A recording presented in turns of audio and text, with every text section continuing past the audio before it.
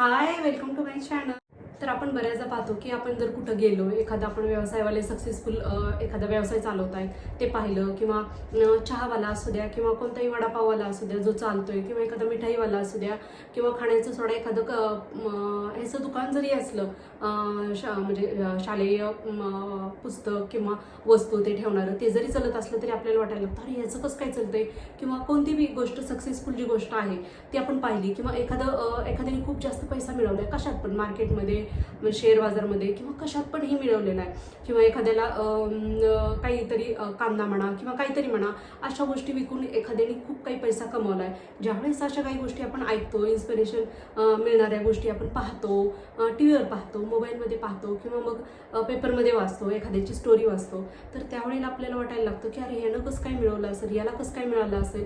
परंतु आहे ना, प्रत्येकाच्या त्यामागं आहे ना एक व्हायब्रेशन्स असतात, एक मॅनिफेस्टेशन्स असतं, ॲफर्मेशन्स असतात त्यांचे, आणि त्या गोष्टीमुळे ना त्यांना ती वस्तू किंवा ते गोष्टी ते आकर्षित करतात.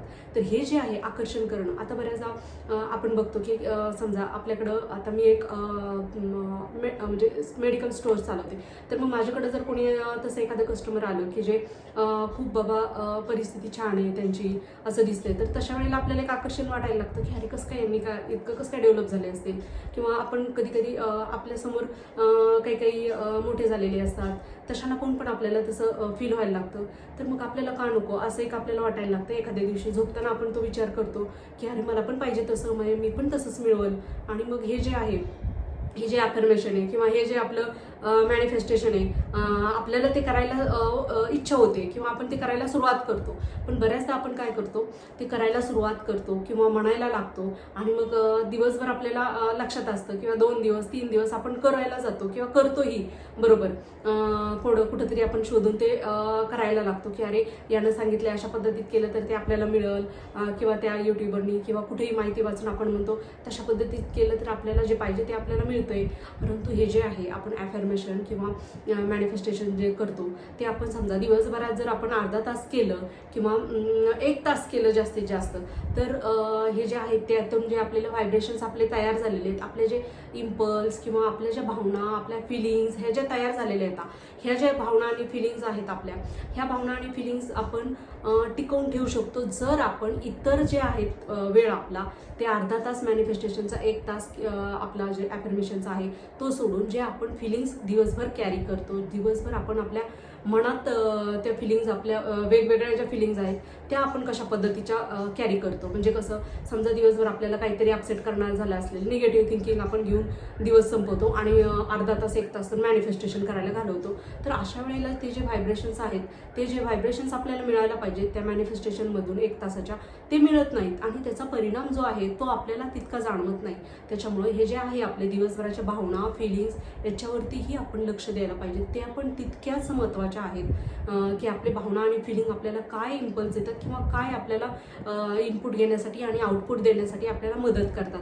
हे जे आहे ह्या गोष्टीवरती एक आपण लक्ष दिलं पाहिजे की आपल्या दिवसभराच्या भावना कशा आहेत.